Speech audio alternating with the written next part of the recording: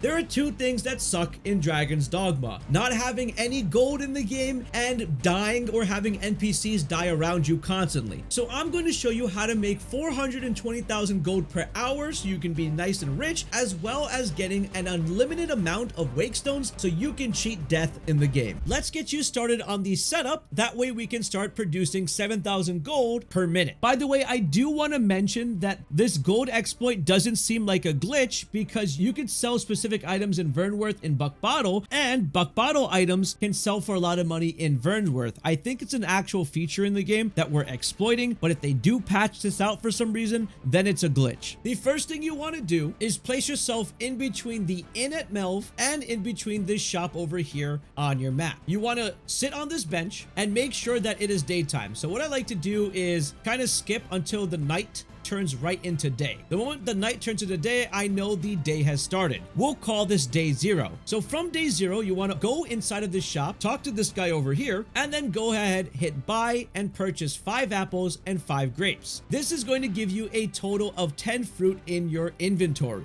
After you're done talking to him, you want to go ahead and sit on this bench and spam triangle so the day shifts about 4 times. When you see the nighttime turn to day, you're in a good spot. It is now the next day, and we're going to call this day 1. You should have 10 fruit in your inventory, and then you're going to run right back into the shop and purchase fruit from this guy again. It's going to refresh every single day, so you go ahead and get yourself more fruit. You should have a total of 20 fruit. You're then going to go back to the bench and rest until you get the next day, and you'll enter into day 2. Day 2, walk back in, you're going to buy 10 more fruit again, and you should have a total of 30 fruit, 15 apples, and 15 grapes. Just double check. Go back to the bench again, and then time skip until it's daytime. While you're doing this method, you should probably hit that subscribe button so you can get more videos just like this. This will initiate day 3, where things are going to be different now. You're going to go to the shopkeeper, you're going to buy 5 grapes, 5 apples, but this time when you open up your inventory, you're going to notice that you have 15 apples and 15 grapes that are not ripe, and you're going to have 5 grapes and 5 apples that are ripe. So this is the stuff you want. You want ripe items. By the way, here's a big pro tip. Make sure you don't have any pawns in your party that have the pawn specialization called Logistician. This is the worst thing possible in the game because it will stop you from doing this exploit. Essentially, what it does is when the fruit becomes ripe, the pawn is going to convert it into dried fruit, making you not be able to get the full value from the ripe fruit. So make sure you don't have a pawn that has this. Now, a big problem is if your pawn personally has it, you have to teach it another specialization. Luckily, I had another scroll, so I changed mine, because even if you throw a pawn off of a cliff and get rid of it completely, its ability still works even though it's dead in the rift. And if it's not your pawn that has the issue, just make sure to return the other pawns that have Logistician. That way you'll avoid this issue. Then after you're done with this, you're just gonna go right back to the bench and time skip until the next day. Go and buy the apples and grapes again, and this time now you should see a total of 20 ripe fruit and 30 normal fruit. You're now going to want to go into the inn, and you're going to want to deposit the 10 ripe apples and the 10 ripe grapes in there. So totally 20 ripe fruit. And the way I want you to think about this is when you deposit 20 ripe fruit, that is equivalent to 7,000 gold. You'll see this a bit later. Once you're done with this step, now all you have to do is basically repeat day 3 and day 4 again. Here's a little screenshot you can take of day 0 to day 4. That way you can follow the exact instructions.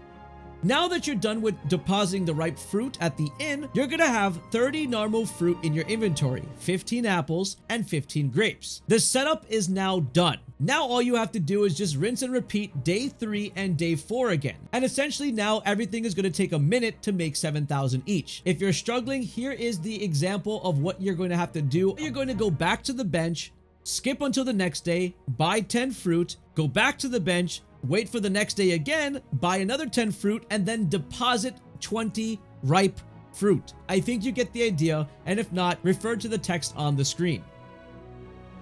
If you do this for an hour straight, you should have about 420,000 gold, but feel free to do this as much as you want depending on your gold amount. Just make sure you have enough to travel if you currently don't have enough in the game. All right, Now you have all this ripe fruit stored at your inn, you're gonna have to sell it. Luckily for us, things that we put in the inn have no time attached to it, so it's going to stay that way forever as ripe. So don't worry about anything happening to it in there. So if you are an early game player, someone who doesn't have port crystals right now, the method that you want to do is use an ox cart to go from Melve all the way to Vernworth, and then from Vernworth you're going to want to go take the ox cart in the west part to Checkpoint Rest. Once you do arrive at Checkpoint Rest, you want to specifically look for a vendor that is a beast. It's basically a furry with a backpack. If you do not see this NPC, don't worry about it. All you have to do is rest a few days on the bench until you see him show up. Just make sure you don't have the ripe fruit on your character while you're doing this resting. However, once you see him, run up to the inn in Checkpoint Rest, grab all the ripe fruit, go down, and then click on him and sell it, and you'll see tons of money come in. Of course, this is the early game strat, and there's going to be a lot of players in the mid and late game. So what you want to do if you're in the mid and late game is use port crystals. Essentially, you want to place a port crystal in Melve in between the inn and the shop right across. That way you can just teleport there, do your whole entire food exploitation, and then you want to be able to place a port crystal all the way in Bach Bottle in front of this inn right over here, which will give you access to the inn.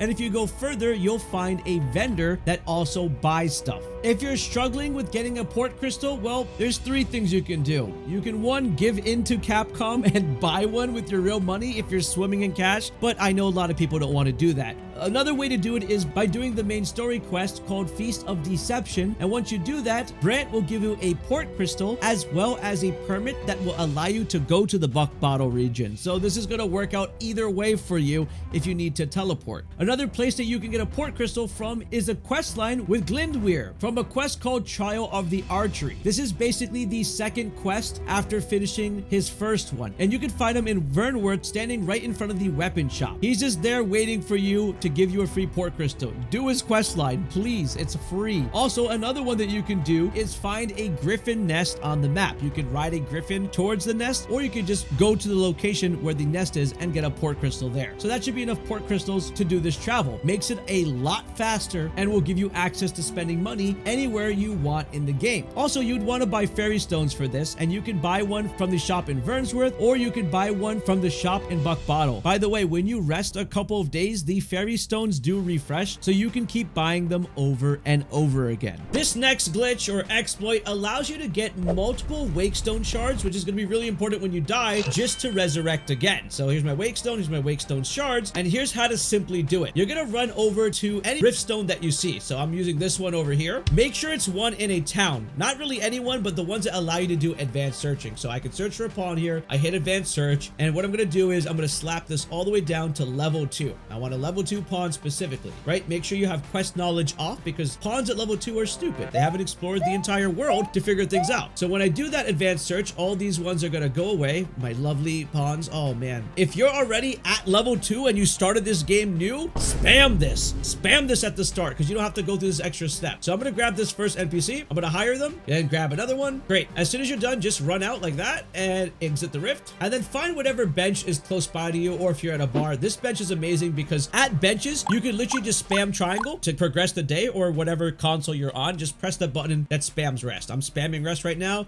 It should be about 4 times, and after 4 times, you should be done, because that counts as an entire cycle. Oh, there it is. Okay.